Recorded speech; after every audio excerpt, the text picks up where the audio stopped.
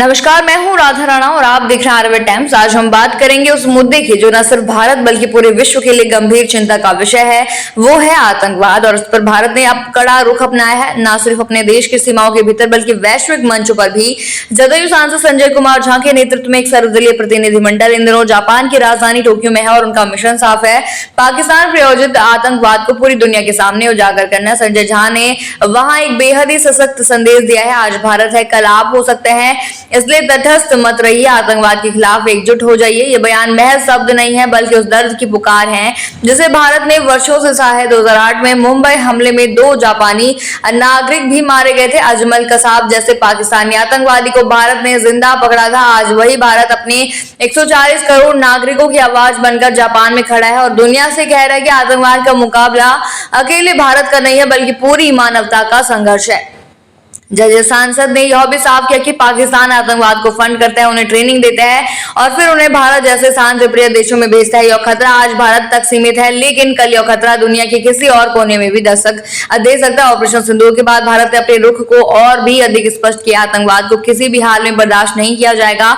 और यही संदेश लेकर भारत का सर्वदलीय प्रतिनिधिमंडल जापान गया है। इस प्रतिनिधिमंडल में बीजेपी सांसद डॉक्टर हिमांशु जोशी भी शामिल है, जिन्होंने कहा कि भारत अब आतंकवाद के खिलाफ अपने संघर्ष में दुनिया को एकजुट करना चाहता है। जापान में उन्होंने पहले ही दिन इसे एक फलदायी शुरुआत बताया। ये प्रतिनिधिमंडल वहां के प्रमुख थिंक टैंक से भी मिला और उन्हें भारत की आतंकवाद के खिलाफ जीरो टॉलरेंस नीति से अवगत कराया।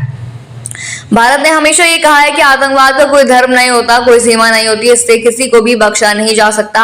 जापान के विदेश मंत्री ताकेशी इवाया से जब इस प्रतिनिधिमंडल ने भेंट की तो उन्होंने भी भारत की आतंकवाद विरोधी नीति की प्रशंसा की और पहलगाम में हुए आतंकी हमले की निंदा करते हुए भारत के साथ एकजुटता जताई। यही वैश्विक समर्थन भारत चाहता है कि कोई भी देश आतंकवाद को नजरअंदाज न करे, क्योंकि इसका असर सिर्फ सीमाओं तक सीमित नहीं रहता। संजय झा के नेतृत्व में भारत की कूटनीतिक पहल निश्चित रूप से एक बड़ा संदेश है कि अब भारत सिर्फ सहन नहीं करेगा बल्कि हर अंतर्राष्ट्रीय मंच पर आतंकवाद के खिलाफ खड़ा होकर दुनिया को भी मजबूर करेगा कि वह अपना रुख स्पष्ट करे।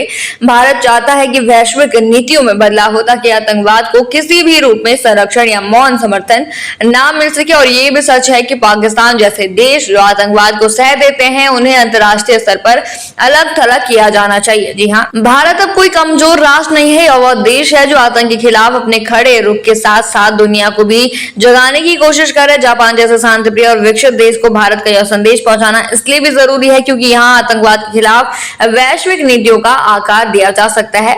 आप क्या सोचते हैं इस पर हमें कमेंट बॉक्स में जरूर बताइए और बने रहिए आरएबी टाइम्स के साथ ही चैनल को सब्सक्राइब करना ना भूलें और हमारी फेसबुक और वेबसाइट के साथ भी जरूर